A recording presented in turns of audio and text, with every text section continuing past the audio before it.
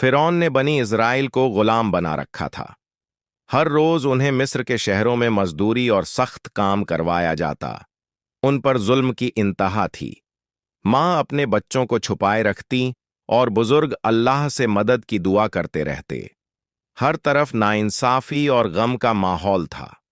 इसी जुल्म के दौर में हजरत मूसा अ.एस. पैदा हुए। फिरौन ने हुक्म दिया था कि हर लड़का पैदा होते ही कत्ल कर दिया जाए। हजरत मूसा की वालिदा ने उनको छुपा लिया। उनका दिल गम से भर गया। अल्लाह पर यकीन रखकर उन्होंने एक बड़ी कुर्बानी देने का सोचा।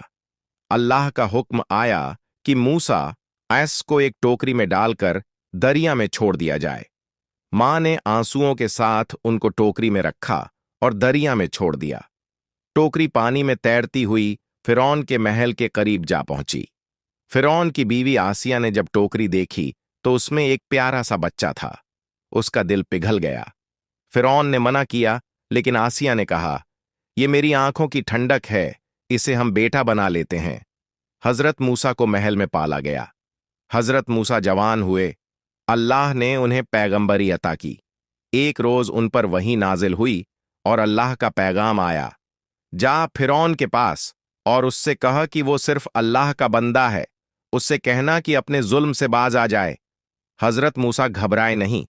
उन्होंने अल्लाह पर भरोसा किया और अपने भाई हारून को साथ लेकर फिरौन के दरबार की तरफ रवाना हो गए। हजरत मूसा फिरौन के शाही दरबार में पहुंचे।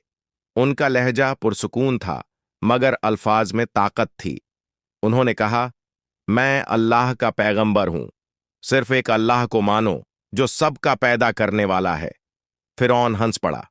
उसने कहा, "मैं ही मिस्र का रब हूं। तुम किस अल्लाह की बात करते हो?" दरबार में सब लोग हैरान थे। हजरत मूसा ने सब्र से अपनी बात पेश की, लेकिन फिरौन ने इनकार कर दिया। फिरौन ने कहा, "अगर तुम वाकई पैगंबर हो तो कोई मौजज़ा दिखाओ।" हजरत मूसा ने अपना असा जमीन पर फेंका। असा फौरन एक बड़े सांप में तब्दील हो गया। सांप ने फुंकार मारी और सब लोग डर के पीछे हट गए। फिरौन के जादूगर भी मौजूद थे। उन्होंने भी अपना जादू दिखाया, लेकिन मूसा का सांप उनके सब सांपों को निगल गया। जादूगर गिरकर सजदे में चले गए और कहने लगे, "हम मूसा और हारून के रब पर ईमान लाए।" फिरौन का चेहरा गुस्से से लाल हो गया। उसने कहा, "मैं तुम सबका सबसे बड़ा रब हूं।" उसका घमंड इतना बढ़ गया कि उसने कहा, "मैं मूसा को कत्ल कर दूंगा।" मगर अल्लाह ने मूसा को हिफाजत दी। फिरौन ने बनी इज़राइल के लोगों पर और ज्यादा जुल्म करना शुरू कर दिया। उसका दिल और ज्यादा सख्त हो गया।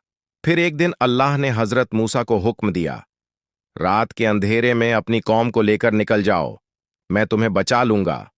हजरत मूसा ने बनी इज़राइल को इकट्ठा किया और सब लोग चुपके से रात के वक्त मिस्र से निकल गए। उनका यकीन सिर्फ अल्लाह पर था। हर कदम पर अल्लाह का साथ महसूस होता था। सुबह होते ही फिरौन को पता चला कि मूसा और उसकी कौम निकल गई है। वो गुस्से से पागल हो गया। उसने लश्कर तैयार किया, घोड़े सजाए और मूसा के पीछे रवाना हो गया। सेना तैयार थी, लेकिन अल्लाह का प्लान उन सब से बढ़कर था। रेगिस्तान में फिरौन के लश्कर की रफ्तार तेज थी, लेकिन मूसा अल्लाह के हुक्म के मुताबिक आगे बढ़ते गए। आखिरकार मूसा, आयस और उनकी कौम समुंदर के किनारे तक पहुंच गई। पीछे फिरौन का लश्कर था और आगे समुंदर। लोग घबरा गए। उन्होंने कहा, "अब हम पकड़े गए।" मगर मूसा ने कहा, "मेरे साथ मेरा रब है, वो मुझे रास्ता दिखाएगा।" फिर मूसा ने अपना अस्सा समुंदर पर मारा और मोज्झा हुआ। समुंदर दो हिस्सों में बंट गया। पानी की दो दीवारें उठ गईं और बीच में सूखे रास्ते से लोग गुजरते गए। फिरौन ने भी अपने लश्कर के साथ उसी रास्ते पर घुसने की कोशिश की, मगर जैसे ही मूसा और उनकी कौम बाहर निकल गई, समुंदर वापस मिल गया। फिरौन और उसका लश्कर डूब गया।